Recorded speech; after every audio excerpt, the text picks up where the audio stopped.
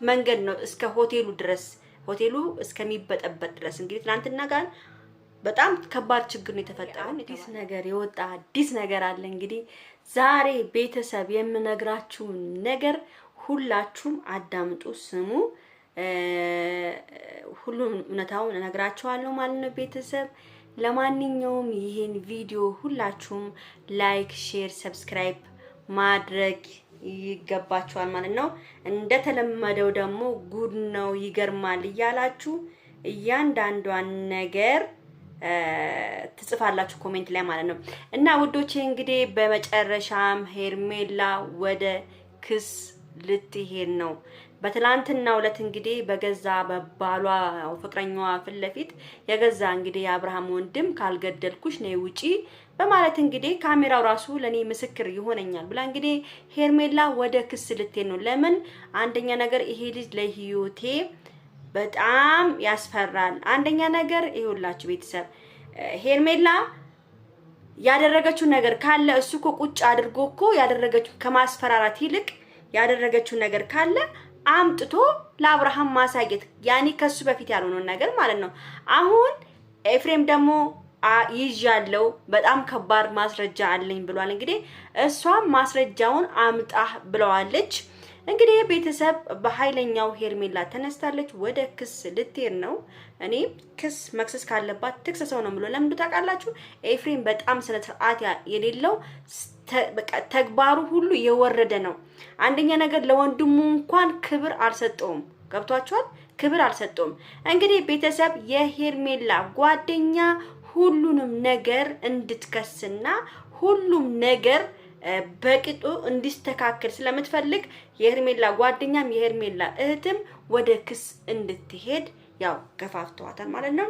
እንግዲህ አብርሃም ካላስቆማት በስተቀር ሄርሜላ አልፋታውም ብላለች። ለምን? ይሄ ልጅ ለነገ ደግሞ ለህይወቷ ጠንቅ ነው። እውነት ትናንትና አይታችኋል። እንግዲህ ኤፍሬም ባይኖር ኑሮ አብርሃም ባይኖር ኑሮ እቺ ልጅ እኮ የሆነ ነገር ሊያረጋት ነበረ፣ የሆነ ነገር ያረጋት ነበረ። ገብቷችኋል? እና ይሄን ነገር ደግሞ ሩታ እጇ አለበት፣ ሩታ ነች የላከችው ምናምን ያሉ ነበር። አንዳንድ ኮሜንት እያዩ ነበረ። ያው እኔ አላቅም ሩታ ትላከው አትላከው እኔ ማውቀው ጉዳይ የለም። ሩታ ደግሞ ትናንትና ወንድሟ መጥቶ ነበረ፣ ያው ሲያናገራትም ነበረ። እኔ እንጃ እንግዲህ እሷ ሴት የላከው ምንድነው አይፈራም እንደሚባለው እኔ ይመስለኛል። ሩታ እንደዚህ አይነት ነገር ታረጋለች ብዬ አላስብም።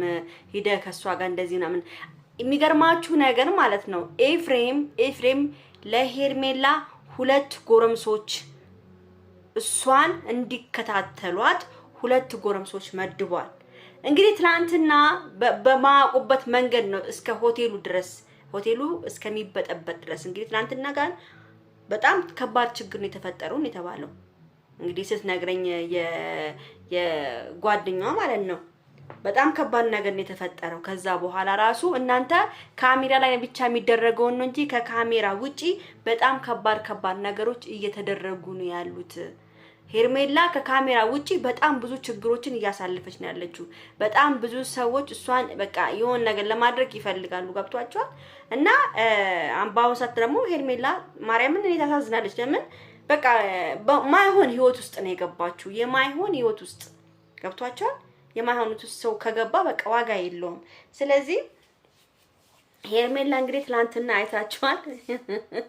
ትላንትና እንግዲህ አልጋ ላይ እንዴት እንደነበሩ እኔ ራሱ በጣም ነው የደነገጥኩት። እንኳን ኤፍሬም ቤተሰብ እኔ ደስ ነው ያለኝ። ኤፍሬም በእንደዚህ አይነት ሁኔታ ስላያችሁ እኔ ደስ ነው ያለኝ። ለምን ደስ አይለኝም? ኤፍሬም ቅጥል ድብን ሲታይ ደስ ይለኛል። ገብቷችኋል?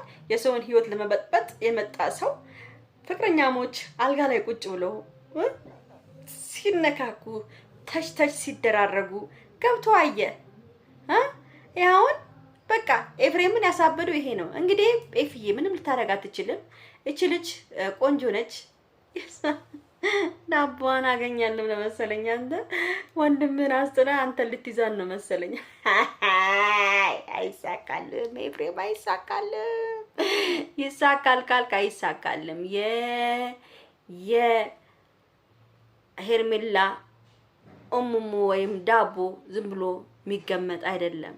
ለአብርሃም ብቻ ነው ዝግጁ ሆኖ የሚጠብቀው። ለአብርሃም ብቻ ነው። ወንድሜ ተውረፍ። ዝም ብለህ ማይሆን ህይወት ውስጥ አትግባ። ገብቶሃል? የማይሆን ህይወት ውስጥ ነው እየገባ ያለው። አሁን ክስ ልትከሰስ ነው። ወደ ሸቤ ትወርጃለሽ፣ ስነ ስርዓትሽን ካልያሽ ማለት ነው። ሄርሜላ ደግሞ ምስክር አላት። ገብቶሃል? እኔ ሩታ ላከችው ሩታ ናት እንደዚህ አድርግ የምትለው አይ ብዙ ሰዎች ብላችኋል።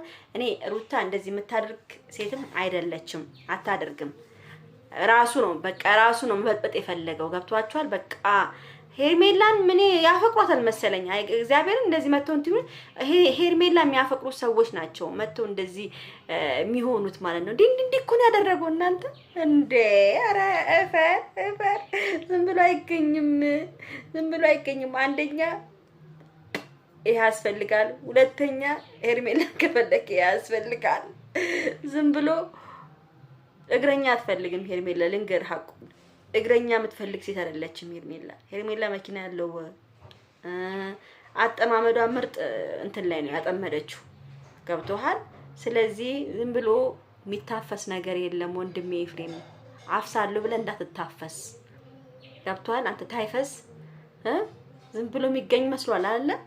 እንግዲህ ቤተሰብ ያው ኤፍሬም እኔ አይመለከተኝም። የፈለጉትን ቢያደርጉ ለኤፍሬም አሁን አላዝንለት። ለምን ስነ ስርዓት እየጠፋበት ስለሆነ ማለት ነው። እንግዲህ ቤተሰብ በተረፈ ወዳችኋለሁ፣ አከብራችኋለሁ። ይሄን ቪዲዮ ሁላችሁም ላይክ፣ ሼር፣ ሰብስክራይብ እንድታረጉ ፈልጋለሁ። እሺ፣ ስለምታበረታቱኝም አመሰግናለሁ። ክበሩልኝ እኔ ፍቅሮች።